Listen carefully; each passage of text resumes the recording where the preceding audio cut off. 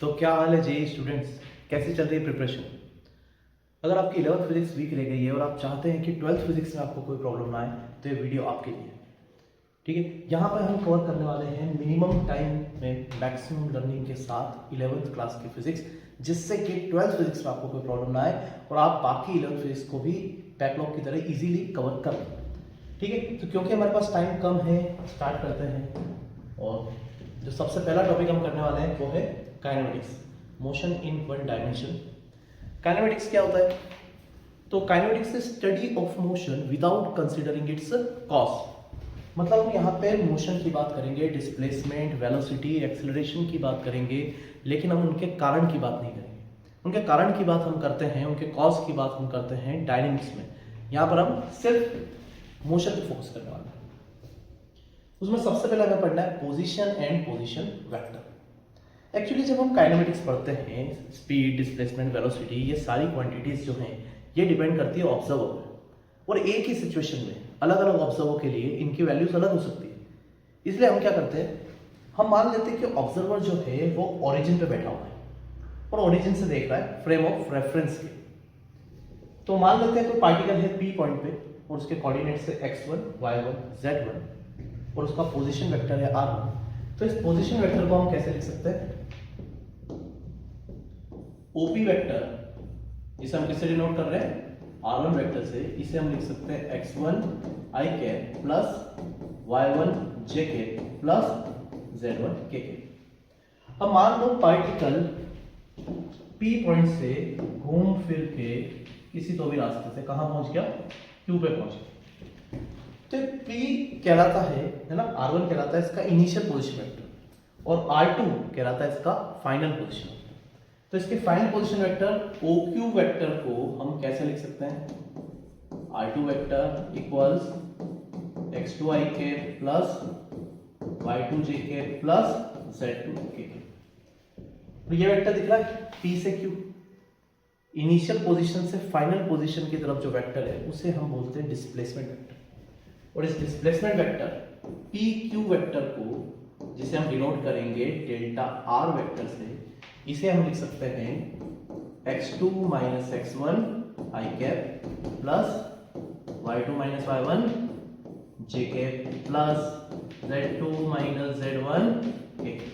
ठीक है, तो ये तरीका होता है पार्टिकल्स की पोजीशन बताने का और पार्टिकल एक पॉइंट से दूसरे पॉइंट तक जाए तो उसका डिस्प्लेसमेंट वेक्टर बताने का। नेक्स्ट हम चलते हैं डिस्टेंस एंड डिस्प्लेसमेंट की तरफ। तो वही डायग्राम है आपके सामने। पार्टिकल पहले P पे था, फिर कहां पहुंच गया? Q पे। उसने कौन सा पाथ फॉलो करा? PRQ। तो जो डिस्टेंस होता है,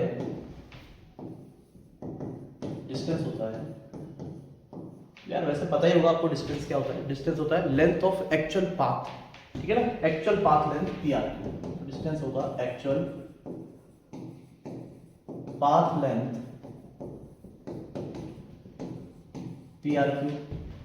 ठीक है, कैसी क्वांटिटी आपको पता है? स्केलर। ऐसा यूनिट क्या है? मीटर। छोटी चीजों पे हम बहुत ज्यादा टाइम वेस्ट नहीं करेंगे, लेकिन जो भी मैं बोलूंगा अगर उतना आप कर लेते हैं आपको किसी टॉपिक में कहीं दिक्कत नहीं आएगी। इसके बाद हम बात करें डिस्प्लेसमेंट। तो डिस्प्लेसमेंट क्या होगा भैया? डिस्प्लेसमेंट पता है आपको? Shortest distance from initial to final position, या फिर हम डिस्प्लेसमेंट को फिर सिंपली चेंज इन पोजीशन भी कह सकते हैं। तो डिस्प्लेसमेंट यहाँ पे क्या होगा हम पहले डिस्कस कर चुके हैं, डेल्टा आर वेक्टर, और उसे कैसे लिखना है ये भी हम डिस्कस कर चुके हैं अभी लास्ट टाइम। डिस्प्लेसमेंट कैसी क्वांटिटी है? वेक्टर। और ऐसा यूनिट इसकी भी क्या है? मीटर। एक इंपॉर्टेंट बात हो रही है यहाँ पर कि distance is always greater than equal to magnitude of displacement. ठीक है, तो डिस्टेंस हमेशा या तो डिस्प्लेसमेंट से ज्यादा होगी या उसके बराबर हो सकती है।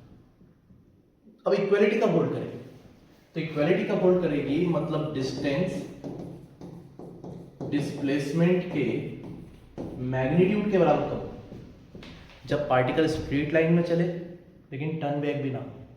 ठीक है, तो when the particle travels in a straight line without turning back then distance is equal to displacement. Okay, next हम चलते हैं स्पीड एंड वेलोसिटी की तरफ। तो अगर सबसे पहले हम बात करें स्पीड की, तो स्पीड होता है distance travelled per unit time, ऐसा यूनिट होती है मीटर पर सेकेंड, क्वांटिटी होती है स्केलर। लेकिन हमारे लिए इंपॉर्टेंट ये नहीं, हमारे लिए इंपॉर्टेंट है टाइप्स ऑफ स्पीड। तो देखते हैं टाइप्स ऑफ स्पीड में। पहले हमें देखना है एवरेज स्पीड। एवरेज स्पीड होता है total distance upon total time, मतलब delta S upon delta T. फिर आती है इंस्टेंटेनियस स्पीड। तो इंस्टेंटेनियस स्पीड को हम डिनोट करेंगे सिंपली v से। एवरेज स्पीड को करना होगा तो करेंगे v av, या फिर एवरेज को कभी कभी ऐसे भी डिनोट किया जाता है। इंस्टेंटेनियस स्पीड को v से डिनोट करेंगे। इंस्टेंटेनियस स्पीड क्या होगा, ds by dt। Instantaneous speed का मतलब है speed at a particular instant of time, और एवरेज स्पीड का मतलब है जब हमारे पास एक बड़ा टाइम इंटरवल हो उसमें हमसे स्पीड पूछ रहे हैं। इंस्टेंटेनियस स्पीड हो गया, एवरेज स्पीड हो गया। अच्छा इधर देखिए आप, अगर हम यहां दोनों तरफ टाइम से डिवाइड कर दें, ठीक है, तो टोटल डिस्टेंस को टोटल टाइम से डिवाइड कर दें तो इधर आ जाएगा एवरेज स्पीड। टोटल डिस्प्लेसमेंट को टोटल टाइम से डिवाइड कर दें तो क्या आ जाएगा, एवरेज वेलोसिटी। तो जो रिलेशन यहां होल्ड कर रहा है वही रिलेशन हम यहां पर भी लिख सकते हैं कि average speed is always greater than equal to magnitude of average velocity। और यहां भी इक्वालिटी कब होल्ड करेगी, जब पार्टिकल स्ट्रेट लाइन में ट्रेवल करे लेकिन बिना टच के। ओके, तो चलो ये हो गया आपका speed, velocity, position, distance, displacement. अब आते हैं एक्सेलरेशन। फिर ये थोड़ा कंपैरेटिवली इंपॉर्टेंट है क्योंकि थोड़ा सा इस पे गलती ज्यादा होती है स्टूडेंट्स की, थोड़ा ध्यान से देखना इसको। एक्सेलरेशन की अगर हम बात करें तो एक्सेलरेशन होता है rate of change of velocity, rate of change of velocity. Okay, अब इसमें एक बात ध्यान रखना, velocity is a vector quantity, so a change in its magnitude और डायरेक्शन और both will change the velocity and hence there will be acceleration. मतलब अगर वेलोसिटी के मैग्नीट्यूड डायरेक्शन में से कोई एक भी चेंज हुआ ना तो भी वेलोसिटी चेंज होगी और एक्सेलरेशन होगा, और अगर दोनों चेंज हुए तब तो हो गई। अब इसका कहने का मतलब ये है कि देखो, कोई बॉडी ऐसे चल रही है और उसकी स्पीड बढ़ रही है तो भी एक्सेलरेशन हो रहा है, कोई बॉडी कांस्टेंट स्पीड से चल रही है और डायरेक्शन चेंज हो रहा है तब भी क्या हो रहा है, एक्सेलरेशन हो रहा है। ठीक है, जैसे uniform circular motion, body constant speed से सर्कुलर पाथ में घूम रही है, वेलोसिटी का मैग्नीट्यूड चेंज नहीं हो रहा है लेकिन डायरेक्शन तो चेंज हो रहा है, और डायरेक्शन चेंज होने के कारण यहाँ पर एक एक्सेलरेशन आता है जिसे हम बोलते हैं सेंट्रीपिटल एक्सेलरेशन, जो कि हम आगे सर्कुलर मोशन में पढ़ेंगे। ठीक है, सेंट्रीपिटल, टेंजेंशियल सब पढ़ेंगे। तो एक्सेलरेशन हो गया rate of change of velocity, ऐसा unit metre per second square आपको पता ही है, और कैसी क्वांटिटी एक्सेलरेशन भी वेक्टर क्वांटिटी है। लेकिन यहाँ पर भी हमारे लिए इंपॉर्टेंट बात वही है, एक्सेलरेशन के टाइप्स। तो अगर टाइप्स की बात करें तो पहले हम बात करेंगे एवरेज एक्सेलरेशन। एवरेज एक्सेलरेशन होगा आपका total change in velocity upon total time. इसे आप ऐसे भी लिख सकते हो v2 vector minus v1 vector upon t2 minus t। ठीक है, तो ये हो गया एवरेज एक्सेलरेशन। अब इंस्टेंटेनियस एक्सेलरेशन का मतलब क्या है, आ जाओ। इंस्टेंटेनियस एक्सेलरेशन मतलब acceleration at a particular instant of time. अभी सब पे क्वेश्चंस देखेंगे तो सबका आपको और ज्यादा जो महत्व है वो समझ में आएगा। तो इंस्टेंटेनियस एक्सेलरेशन को हम लिख सकते हैं dv by dt। Okay, arrow इसलिए लगा रहा हूं क्योंकि कैसी क्वांटिटी है, वेक्टर। उसके बाद बात आती है कि एक्सेलरेशन भी यूनिफॉर्म भी हो सकता है और नॉन यूनिफॉर्म भी हो सकता है, उस पर बात करते हैं आज। ठीक है, एक्सेलरेशन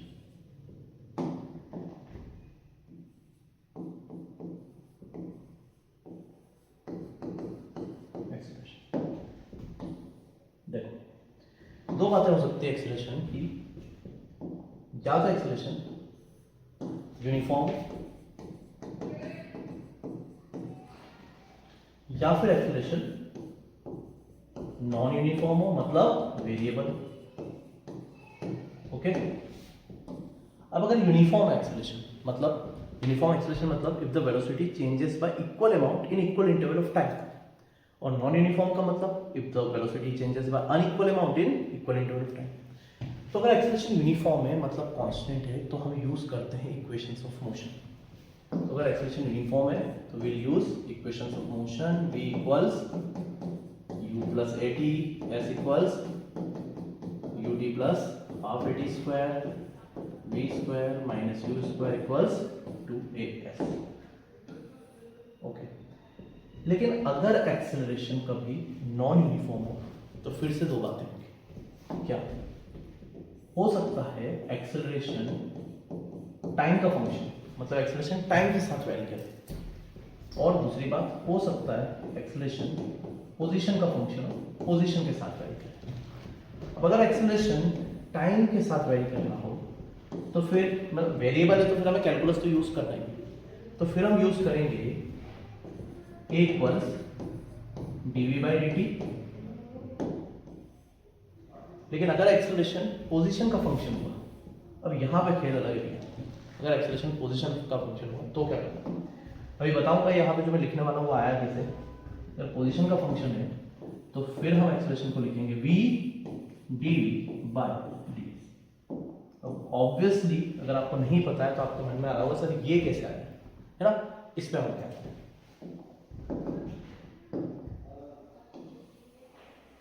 तो आप देखो कि एक्सेलरेशन को और किस किस तरीकों से लिखा जा सकता है। तो अगर हम पहली बात करें तो एक तो एक्सेलरेशन आपको पता ही है क्या होता है, dv बाई dt। लेकिन यार अभी हमने ये भी तो देखा वेलोसिटी क्या होता है, बट वेलोसिटी खुद क्या होता है, dx बाई dt या फिर dr बाई dt बोल लो, है ना। चलो dr बाई dt बोलते हैं या ds by dt, ds by dt। Okay, तो अगर यहां वेलोसिटी की जगह हम लिख दें d by dt of ds by dt, मतलब पोजीशन को एक बार डिफरेंशिएट करा तो वेलोसिटी आई, फिर वेलोसिटी को एक और बार डिफरेंशिएट करा तब एक्सेलरेशन आया। मतलब एक्सेलरेशन को कितनी बार डिफरेंशिएट करा, एक्सेलरेशन तक पहुंचने के लिए पोजीशन को कितनी बार डिफरेंशिएट करा, दो बार। तो इसका मतलब हम एक्सेलरेशन को ऐसे भी लिख सकते हैं d2s बाय dt को डबल डिफरेंशिएशन बोलते हैं, डबल डिफरेंशिएशन ऑफ पोजीशन। अब आपके मन में होगा लेकिन सर अभी भी वो तो आया है जिसकी आप बात कर रहे थे, कौन सा वाला पार्ट, है ना। तो एक लिख सकते हैं dv बाई dt, एक लिख सकते हैं d2s बाई dt स्क्वायर, लेकिन अभी भी ये नहीं आया। अब इस पे आते हैं कि ये कैसे आया। ये जो आपने लिख रखा है एक्सप्रेशन को dv बाई dt, क्या लिख रखा है, dv बाय dt, इसको ds से मल्टीप्लाई ds से डिवाइड करो, भाई सेम नंबर से मल्टीप्लाई डिवाइड तो कर ही सकते हैं। अब यहाँ पे ये जो ds बाय dt दिखाई दे रहा है, ds बाय dt ये क्या है, ये v। तो इसलिए हम यहाँ पे एक्सेलरेशन को क्या लिख सकते हैं, v, इसकी जगह v लिख दिया dv बाय। तो आया समझ में, acceleration is rate of change of velocity, average acceleration है ना, delta v by delta t, मतलब final velocity minus initial velocity upon time interval. Instantaneous acceleration, instantaneous rate of change of velocity with time dv by dt, ठीक है। और अगर acceleration uniform होता है तो हम यूज करते हैं इक्वेशंस ऑफ मोशन, और अगर एक्सेलरेशन नॉन यूनिफॉर्म होता है तो दो बात, या तो टाइम का फंक्शन होगा तो इस तरह से कैलकुलस बनाएंगे dv बाई dt लिखेंगे, पोजीशन का फंक्शन होगा तो v dv बाई ds लिखेंगे। और क्या क्या फॉर्म्स याद रखना है एक्सेलरेशन के, dv by dt, d2s by dt square and v dv by ds, ये तीन फॉर्म याद रखना, ठीक है। अब आगे चलते हैं और एक मजेदार बात देखते हैं, KKS मतलब कहानी का सार। इस कहानी से हमें क्या शिक्षा मिलती है, ठीक है। तो देखो हमने सीखा कि यह है पोजीशन, यह है वेलोसिटी, यह है एक्सेलरेशन। अगर हम पोजीशन को डिफरेंशिएट करें, क्योंकि v इक्वल्स होता है dx बाई dt, पोजीशन को क्या करें, डिफरेंशिएट करें तो कहां पहुंचेंगे, वेलोसिटी। इसी तरह से अगर हम वेलोसिटी को डिफरेंशिएट करें तो कहां पहुंचेंगे, एक्सेलरेशन। लेकिन एक्सेलरेशन को इंटीग्रेट करोगे तो कहां पहुंचोगे, वेलोसिटी पे, और वेलोसिटी को इंटीग्रेट करोगे तो कहां पहुंचोगे, पोजीशन। इसका यूज हम करेंगे अभी अपकमिंग क्वेश्चंस में, और बहुत काम की बात है, ये पूरी कहानी का सार है काइनेमेटिक्स के, ये आता है पूरी काइनेमेटिक्स आती है। अच्छा, एक और बात देखो, पोजीशन को दो बार डिफरेंशिएट करा तो एक्सेलरेशन को दो बार इंटीग्रेट करा तो पोजीशन। यस और नो? ठीक है, चलो अब आगे क्वेश्चंस आ गए भैया, जिनका हम इंतजार कर रहे थे कब से। और देखो कितनी जल्दी क्वेश्चन आ गए, कितने मिनिमम थ्योरी में हम क्वेश्चंस पे पहुंचे। क्वेश्चंस एक से एक है, मजा आ जाएगा, है ना। पहला क्वेश्चन आपको हो सकता है थोड़ा सिंपल लगा कि यार क्या है सर, ये तो बहुत ही सिंपल है। तो देखो इसमें एक बात बोलूंगा मैं आपको कि जब हम क्रिकेट खेलते हैं, जब मैच शुरू होता है, स्टार्टिंग में जो बॉल आती है थोड़ा सम्मान से खेलते हैं ना पहले बॉल को, जनरली ना, यार देखें पिच कैसा है ना, कैसी कंडीशन है, बॉल कैसी आ रही है, स्विंग हो रही है नहीं हो रही है। उसी तरह से इजी क्वेश्चन को भी सम्मान दिया करो ताकि गलती ना। और वैसे भी ये पहला क्वेश्चन है, हमें बोला है train travels from city A to city B with constant speed of 10 metre per second and return back to A with constant speed of 20 metre per second, find its average speed during its entire journey. अब average speed हमने पढ़ी थी total distance upon total time. ध्यान से देखो, ना distance दे रखी ना टाइम दे रखी। तो चलो देखते हैं कैसे होगा। मान लो ये सिटी ए, ये सिटी बी, ए से बी तक जो ट्रेन जा रही है मान लो v1 स्पीड से जा रही है, v1 की वैल्यू कितनी 10, और जब b से a आ रही है किस स्पीड से आ रही है v2 से। मान लेते हैं a से b की जो बीच की जो डिस्टेंस है वो है s, इस डिस्टेंस को हमने s मान लिया। तो अगर हम एवरेज स्पीड का फॉर्मूला देखें तो वो है total distance upon total time. Total distance मतलब s जाना और s आना, तो टोटल डिस्टेंस कितनी हो गई 2s। अब बात करते हैं टोटल टाइम की।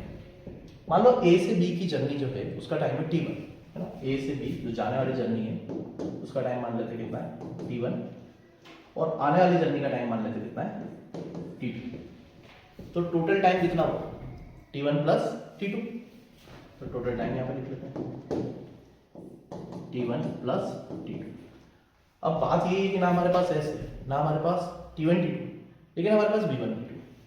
अब देखो क्या होगा, आपको पता है कि हम स्पीड को क्या लिख सकते हैं, स्पीड को क्या लिख सकते हैं डिस्टेंस अपॉन टाइम, तो टाइम को क्या लिख सकते हैं डिस्टेंस अपॉन स्पीड। तो अगर आप ध्यान से देखो,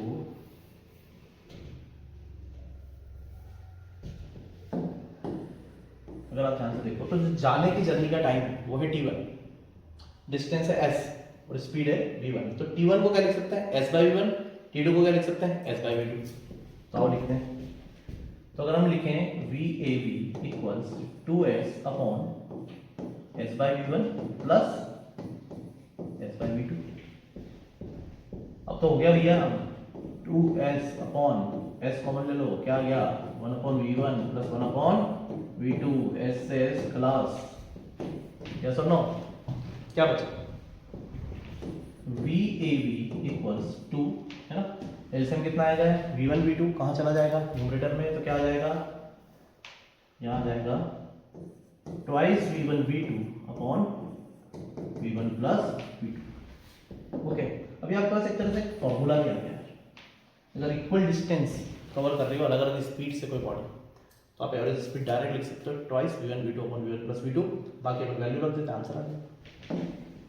तो यहाँ से अगर हम लिखें VAB तो ट्वाइस v1 कितना है 10, v2 कितना है 20 अपॉन v1 प्लस v2 कितना आ गया 30, कितना आ जाएगा ये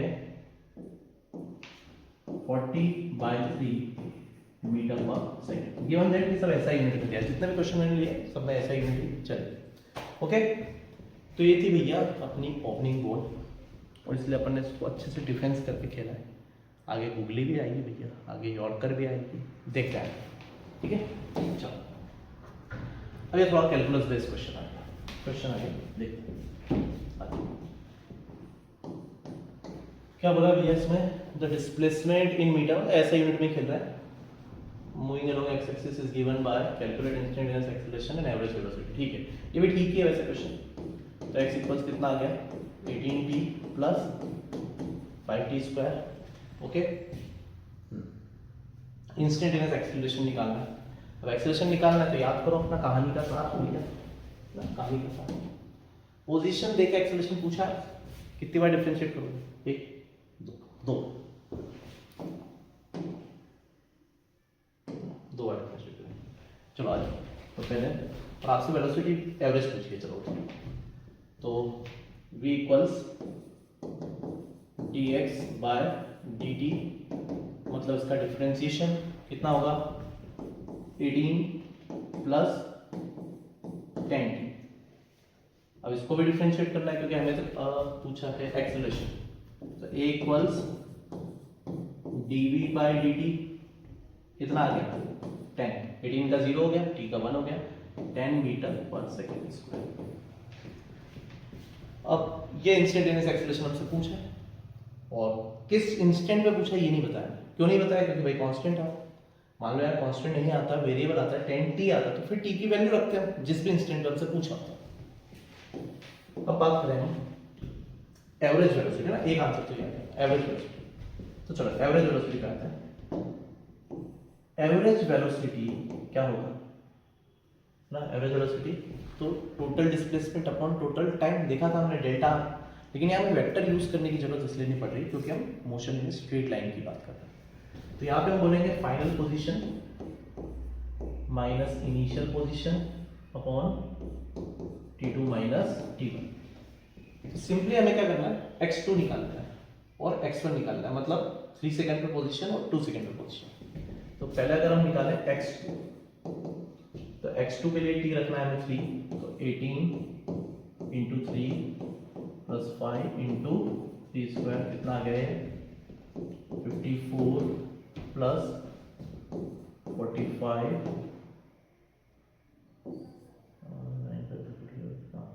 कितना आ गया?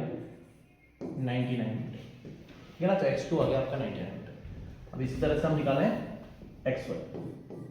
x1 के लिए क्या रखना है? t को 2, तो 18 into 2 plus 5 into 2 square 36 plus 20 कितना आ गया? ये 56 मीटर x2। तो चलो आ जाओ वैल्यूज रखते हैं यहाँ पर। एवरेज वेलोसिटी में x2 मतलब 99 माइनस 56 अपॉन 3 माइनस 2 कितना आ गया? ये 43 मीटर पर सेकंड, 43 मीटर पर सेकंड। ठीक है? तो ये कैलकुलस के सिंपल एप्लीकेशन पे बेस्ड क्वेश्चन था जिसमें हमारे कहानी का सार भी काम में आया। अब देखते हैं अगला क्वेश्चन क्या लेके आता है। आ जाओ। तो नेक्स्ट क्वेश्चन की बात करें, हमें बोला है the position of an object moving along A x axis is given by x equals 3t minus t square where x is in meter. Find average speed in first 4 seconds. Okay, आइए देखते हैं। अब average speed होता है total distance upon total time. तो हमें निकालना है टोटल डिस्टेंस, तो t को रख देते हैं 4, है ना? पोजीशन तो दे रखी है हमें, तो x equals 3t minus T square. t को रखा 4, तो 3 into 4 minus 4 square 12 minus 60 minus 4 minus. भाई साहब डिस्टेंस नेगेटिव है। डिस्टेंस कभी नेगेटिव होती है? गलत है। तो ये थी गूगली, है ना? बोला था ना कि सारी बॉल एक जैसी नहीं आएगी, ये गूगली थी और आप रीड कर नहीं पाए। ओके, डिस्टेंस नेगेटिव आ गई। अब गड़बड़ क्या है यहाँ पे? तो चलो देखते हैं गड़बड़ क्या है। अब ध्यान से देखो, आप यहाँ पे टाइम की वैल्यू रखोगे, अगर t को 1 रखो तो 3 इंटू 1 3 माइनस 1 2 आ रहा है। ठीक है, t को आप 3 रखो, 9 माइनस 9 0 आ रहा है। t को 4 रखो जरा, ठीक है, 4 पे तो हमने चेक कर लिया नेगेटिव आ रहा है। एक्चुअली आप ध्यान से देखोगे ना, तो ये जो इक्वेशन हमें दी हुई है इसमें टाइम की वैल्यू आप जैसे जैसे रखोगे तो एक टाइम की वैल्यू ऐसे आएगी जब जब पोजीशन आपको डिक्रीज होती हुई लगेगी। तो एक्चुअली में ये क्वेश्चन है टर्निंग पॉइंट क्वेश्चन कहता हूं मैं। क्या टर्निंग पॉइंट क्वेश्चन? इन क्वेश्चन में किसी पॉइंट पर वेलोसिटी 0 हो रही होती है, फिर पार्टिकल पलट के आ रहा होता है, बिल्कुल ऐसे। जैसे ये बिल्कुल यही सिचुएशन। ये मेरे पास कोई बॉडी है, इसको मैंने ऊपर फेंका। जब मैंने इसको ऊपर फेंका, इसकी वेलोसिटी ऊपर थी लेकिन एक्सेलरेशन नीचे था, तो ऊपर गया इसकी वेलोसिटी एक इंस्टेंट पे 0 हुई, फिर ये पलट के नीचे आया। फिर इस क्वेश्चन में भी बिल्कुल ऐसे हो रहा है, बस ऊपर की बजाय ऐसे एक्स एक्सिस के लोग हम बात कर रहे हैं, है ना। तो हमें ऐसे क्वेश्चन में पहले वो पॉइंट निकालना होता है जहाँ पे वेलोसिटी 0 है। तो सबसे पहले हम वेलोसिटी निकालें, v equals dx by dt, again वही हमारा फंडा, कितना आ जाएगा 3 माइनस 2t। अब आप देखो वेलोसिटी 0 कहाँ पे, तो वेलोसिटी को 0 रखो, पुट v इक्वल्स 0, मतलब 3 minus 2t equals 0, t equals 1.5 second. तो भाई साहब 1.5 सेकेंड में तो वेलोसिटी 0 हो रही है। अच्छा एक बार क्या एक्सेलरेशन भी निकाल के देखो, मजा आएगा। एक्सेलरेशन निकाल लो, ठीक है, 0 कितना है acceleration, -2 metre per second square. तो एक्सेलरेशन यहाँ पे नेगेटिव आ रहा है। अच्छा इनिशियल वेलोसिटी निकालो, पर टी को 0 कितनी आ रही है, 3 मीटर पर सेकेंड। मतलब सिचुएशन ऐसी है, सिचुएशन ऐसी है कि बॉडी ऐसे जा रही है, फिर पलट कैसे आ रही है। मान लो यहाँ से स्टार्ट हुई, तो t इक्वल 0 पे जो वेलोसिटी है u, वो कितने आ रही है, 3 मीटर पर सेकेंड, है ना। बॉडी की वेलोसिटी इधर, लेकिन एक्सेलरेशन इधर आ रहा है ना, 2 metre per second square, acceleration इधर आ रहा है।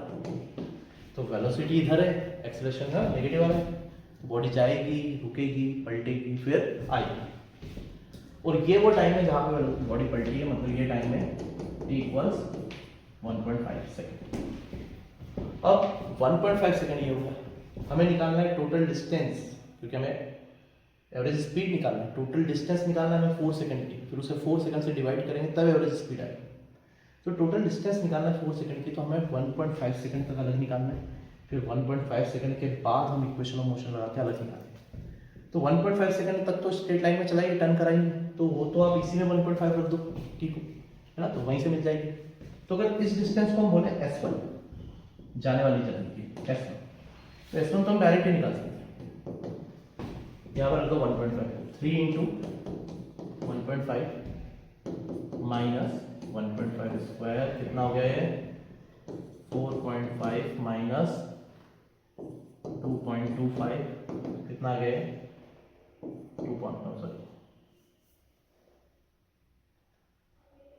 2.25 मीटर, ओके, ये आ गया 2.25 मीटर। अब यहां से यहां की जर्नी देखो, यहां से यहां की डिस्टेंस को अगर हम बोले S2, ये वाली डिस्टेंस इधर से, तो यहाँ पे इस जर्नी के लिए अगर हम इनिशियल वेलोसिटी को माने 0, क्योंकि पार्टिकल एक बार गया, फिर एक इंस्टेंट पे रुका, फिर पलटा, तो 0। एक्सेलरेशन इस जर्नी का कितना है, -2 मीटर पर सेकेंड स्क्वायर, पूरा मोशन को हमने इधर ही पॉजिटिव माना है, -2 मीटर पर सेकेंड स्क्वायर। और हमें निकालना है टाइम कितना बच रहा है, तो 1.5 सेकेंड तो हो चुके हैं, 2.5 बच रहे हैं। तो यहाँ इस जर्नी का टाइम कितना है, 2.5 सेकेंड, क्योंकि हमें 4 सेकेंड में निकालना है। तो यहाँ पे हम अब यूज करने वाले हैं इक्वेशन ऑफ मोशन। तो अब अगेन बात देखो, जहाँ हमने पढ़ा था कि एक्सेलरेशन दो बात हो सकती है, कांस्टेंट हो सकता है, वेरिएबल हो सकता है। तो जहाँ एक्सेलरेशन कांस्टेंट होगा वहाँ हमने बोला था क्या यूज करेंगे हम, इक्वेशन ऑफ मोशन। और देखो यहाँ पे कांस्टेंट है एक्सेलरेशन, तो इक्वेशन ऑफ मोशन यूज करेंगे तो हम बोलेंगे S2 इक्वल्स ut, u तो 0 है, 0 हो गया, plus half at square 2 into 2.5 का स्क्वायर। तो यहाँ 2 से 2 भी कैंसिल हो गया, तो S2 कितना आ गया, -6.25। अब अगेन ये तो डिस्प्लेसमेंट आया भाई साहब, डिस्टेंस थोड़ी है। अगर S2 डिस्प्लेसमेंट नेगेटिव, डिस्टेंस तो पॉजिटिव होगी, तो डिस्टेंस कितने आ गई इधर 6.25, और ये कितनी थी आपकी 2.25, तो कितनी हो जाएगी ये 8.5। टोटल डिस्टेंस कितनी हो जाएगी 8.5। तो यहाँ पे हम कह सकते हैं कि टोटल डिस्टेंस हो जाएगी 2.25 प्लस 6.25, 8.5 मीटर। ओके, और अब हमें क्या निकालना है, एवरेज वेलोसिटी, इसको किससे डिवाइड कर देंगे 4 से।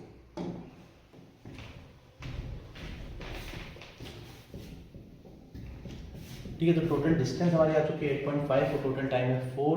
तो अगर हमें एवरेज स्पीड निकालना है तो हम लिख सकते हैं average speed is equal to total distance which is 8.5 upon total time which is 4 तो 2.125 मीटर पर सेकेंड। तो ये आंसर इसका। तो ऐसे क्वेश्चन में हमें ध्यान रखना है जब भी टर्निंग बैक वाले क्वेश्चन, टर्निंग पॉइंट वाले क्वेश्चन, तो आपके मन में आ रहा होगा लेकिन सर ये कैसे पता चलेगा कि टर्निंग पॉइंट वाला क्वेश्चन है।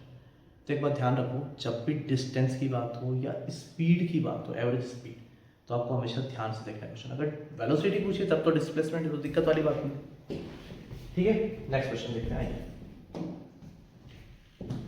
ठीक है, नेक्स्ट क्वेश्चन है, वेलोसिटी हमें दे रखी है 10 + 2t + 3t स्क्वायर, और हमें बोला find the displacement of the particle from the mean position at time t = 1 second. It is given that the displacement is 20 meter at time t = 0. Find the acceleration time equation also. Okay, तो velocity दे रखी है और आपसे displacement पूछा है। तो velocity दे रखी है, डिस्प्लेसमेंट पूछा है। फिर से कहानी का सार याद करो, वेलोसिटी से डिस्प्लेसमेंट पे आना है तो क्या करेंगे, इंटीग्रेशन। कैसे करेंगे, देखो v इक्वल्स हमें क्या दिया हुआ है, 10 + 2t + 3t स्क्वायर। e को लिख दो ds/dt = 10 + 2t + 3t square. dt को उधर भेज दो, ds = 10 + 2t + 3t square. dt दोनों तरफ कर दो इंटीग्रेशन। अब बाउंड्री कंडीशन देखेंगे। बाउंड्री कंडीशन मतलब तो इंटीग्रेशन में लिमिट्स देखना है। तो हमें क्या बोला है, displacement is 20 metre at t = 0। तो जब टाइम 0, लिमिट हमेशा इस वेरिएबल के साथ रखते हैं, जब टाइम 0 है तो डिस्प्लेसमेंट है 20, और हमसे बोल रहे हैं डिस्प्लेसमेंट होता है जब टाइम 1 सेकंड है तब। तो यहाँ 1 आ जाएगा और यहाँ ऐसा है। समझ गए कैसे लगाते हैं बाउंड्री कंडीशंस।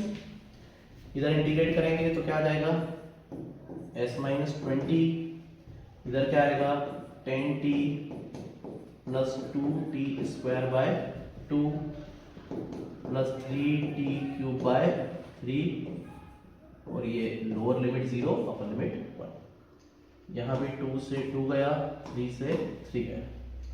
तो यहाँ हमारे पास आ रहा है s - 20 इक्वल्स, देखो लोअर लिमिट तो 0 है तो तीनों टर्म क्या हो जाएगी 0, अपर लिमिट 1 है तो यहाँ आ जाएगा 10 +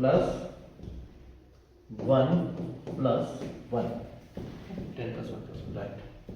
तो ये हो जाएगा आपका 10 + 2 12 और 20, तो s कितना आ जाएगा आपके पास 42 मीटर। तो ये हमारा फर्स्ट पार्ट का आंसर है 42 मीटर, ओ सॉरी 32 मीटर। s कितना आ जाएगा 32 मीटर। ओके, तो ये हमारा फर्स्ट पार्ट का आंसर। तो इसमें सेकंड पार्ट भी पूछा है, फाइंड एक्सेलरेशन टाइम्स इक्वेशन। तो देखो वेलोसिटी से एक्सेलरेशन पे जाना है तो क्या करेंगे, फिर से डिफरेंशिएट। तो a इक्वल्स बोलो dv/dt, dv/dt, इसको डिफरेंशिएट करना है। क्या है इसमें, a इक्वल्स 10 का 0 2 + 60।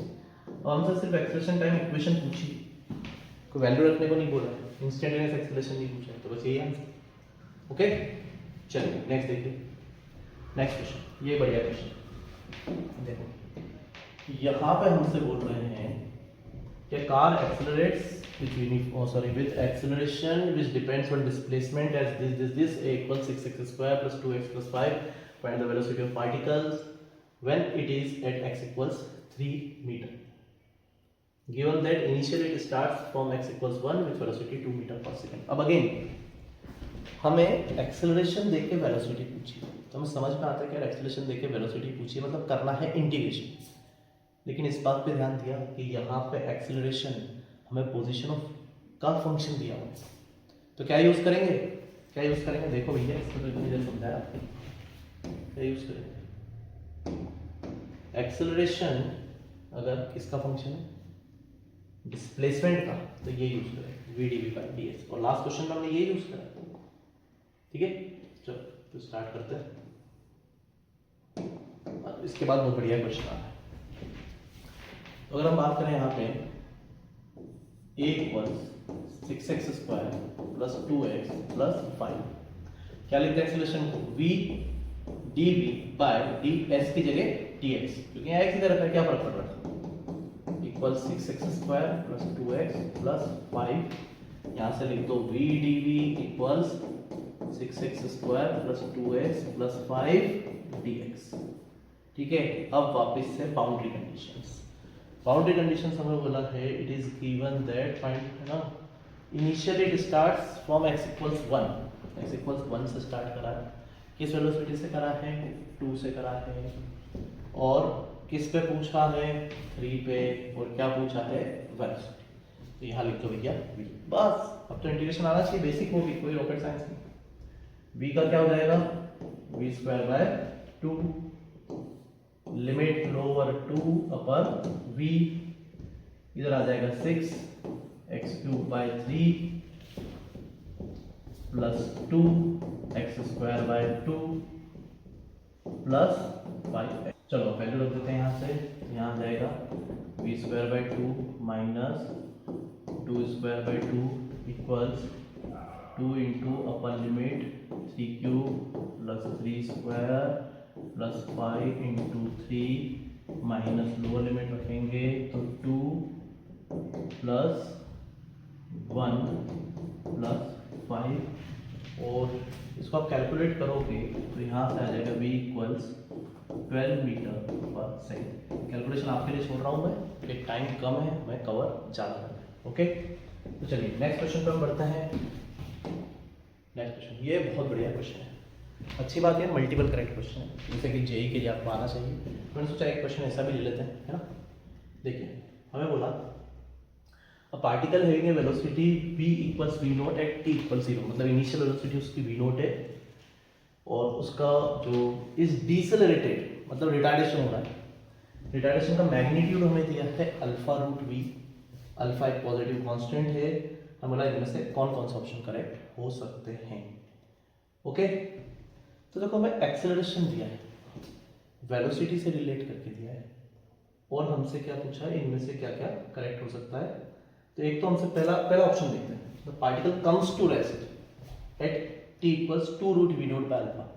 कम्स टू रेस्ट मतलब वेलोसिटी के जीरो होने की बात हो रही है, मतलब वेलोसिटी की बात हो रही है, ठीक है, और एट t मतलब वेलोसिटी टाइम रिलेशन की बात हो रही है, तो एक्सेलरेशन को लिख तो dv/dt, कोई टेंशन नहीं है ना। तो इसको नेक्स्ट स्लाइड पर करते हैं। आइए, तो रिलेशन अगर आपको याद हो तो क्या था, रिलेशन था a इक्वल्स α√v, मैग्नीट्यूड था, देखो आप a इक्वल्स α√v, लेकिन रिटार्डेशन है तो हम क्या लगा लेंगे यहाँ पे, साइन नेगेटिव। अब एक्सेलरेशन से वेलोसिटी और टाइम की बात करना है, तो इसे लिख दो dv/dt equals minus α√v, v वाली टर्म से एक तरफ ले लो, dv/√v इक्वल्स माइनस α/dt, दोनों तरफ कर दो इंटीग्रेट। ओके, अब बाउंड्री कंडीशंस देखते हैं, तो दिए कैसे, t इक्वल 0 पे वेलोसिटी दी है भैया v नॉट, तो t इक्वल 0 पे क्या वेलोसिटी दी है, v नॉट, और हमसे बात कर रहे हैं इसके रेस्ट पे आने के टाइम की, तो रेस्ट पे आना मतलब वेलोसिटी हो गई 0, और टाइम तो हमसे पूछा ही, उस टाइम को मान लेते हैं t। अब 1/√v का इंटीग्रेशन आपको आना चाहिए, 1/√x का याद रखो भैया 2√x, तो 1/√v का क्या हो जाएगा यहाँ पे 2√v, लिमिट क्या लग जाएगी v नॉट से 0, यहाँ माइनस अल्फा कांस्टेंट है बाहर आ जाएगा, और यहाँ क्या बचेगा आपके पास t-0 मतलब t। ओके, यहाँ अपर लिमिट लोअर लिमिट का खेल करेंगे, तो 0 minus 2√v not equals minus alpha T, minus minus भी हो गया भाई साहब, तो t की वैल्यू क्या आ गई 2√v नॉट अपॉन अल्फा। देखो क्या है ऑप्शन में है, यस यही तो पहला option, particles come to rest at time t equals 2√v not upon alpha, लेकिन क्योंकि ये मल्टीपल करेक्ट है तो हमें सारे ऑप्शन चेक करना पड़ेंगे। तो देखो अगर इस टाइम पर रेस्ट पे आ रहा है तो इन्फिनिटी पे तो रेस्ट पे नहीं आएगा, सेकंड ऑप्शन पढ़ो क्या है, the particle will come to rest at infinity, तो ये तो गलत ही हो गया, ये तो सही हो गया। लेकिन अब अगर हम बात करें, हमसे दो ऑप्शन और चेक करना पड़ेगा क्योंकि ये मल्टीपल करेक्ट है। The distance travelled by the particle before coming to rest is this और दिस, ये चेक करना। तो अब डिस्प्लेसमेंट की बात हो रही है, एक्सेलरेशन हमारे पास है, वेलोसिटी के साथ उसका रिलेशन है। यहाँ पे हमें यूज करना चाहिए कौन सा, a equals V D V by D X. तो इसी को हम लेके चलेंगे और यहाँ पर हम लिखेंगे, a equals minus alpha root V, A को लिख दो V D V by D X equals minus alpha root V. Okay, यहां से हम लिख सकते हैं भाई v से इधर आ जाएगा root V D V equals minus alpha D S. Okay, integrate कर लो। इनिशियल पोजीशन मान लो 0 है, उस समय वेलोसिटी हमें क्या दे रखी है v नॉट। हमसे बोल रहे हैं जब रेस्ट पे आएगा उससे पहले कितनी डिस्टेंस ट्रेवल करेगा, तो रेस्ट पे आएगा तो वेलोसिटी 0 हो जाएगी, उसमें जो डिस्टेंस ट्रेवल करेगा उसको हम ऐसे लिख देते हैं। अच्छा, यहाँ डिस्टेंस डिस्प्लेसमेंट सेम ही होगी क्योंकि हमसे वहीं तक का पूछ रहे हैं जब वो रेस्ट पे आ रहा है, पलटने की बात नहीं होगी, नहीं तो फिर डिस्टेंस डिस्प्लेसमेंट अलग हो जाता है, ये सोचना पड़ता फिर। ओके, पर यहाँ तो कोई दिक्कत नहीं। अब रूट वी मतलब v की पावर 1/2, तो आप इंटीग्रेशन का फॉर्मूला लगाओगे तो ये आ जाएगा 2/3 v की पावर 3/2। लिमिट लग जाएगी आपकी v नोट से 0, इधर आ जाएगा minus alpha S. Upper limit तो 0 है, लोअर लिमिट v नोट आ जाएगी, तो यहाँ आ जाएगा माइनस 2/3 v नोट की power 3/2 equals minus alpha S. Minus minus उड़ गया तो s की वैल्यू आ गई 2 v नोट की पावर 3/2 अपॉन 3 अल्फा। क्या ये ऑप्शन है? क्या ऑप्शन है? देखते हैं। 2 v नोट की पावर 3/2 अपॉन 3 अल्फा, अपना आंसर क्या है? 2 v नोट की पावर 3/2 अपॉन 3 अल्फा। मतलब ये ऑप्शन भी करेक्ट है और ये रॉन्ग है। बढ़िया क्वेश्चन था। ओके, आगे देखते क्या है। आगे है हमारे पास यूनिफॉर्मली एक्सेलरेटेड मोशन। अगर आप देखो तो अभी हमने जो भी क्वेश्चंस करे सब में एक्सेलरेशन वेरिएबल था। अब हम बात करेंगे जब एक्सेलरेशन के साथ कांस्टेंट।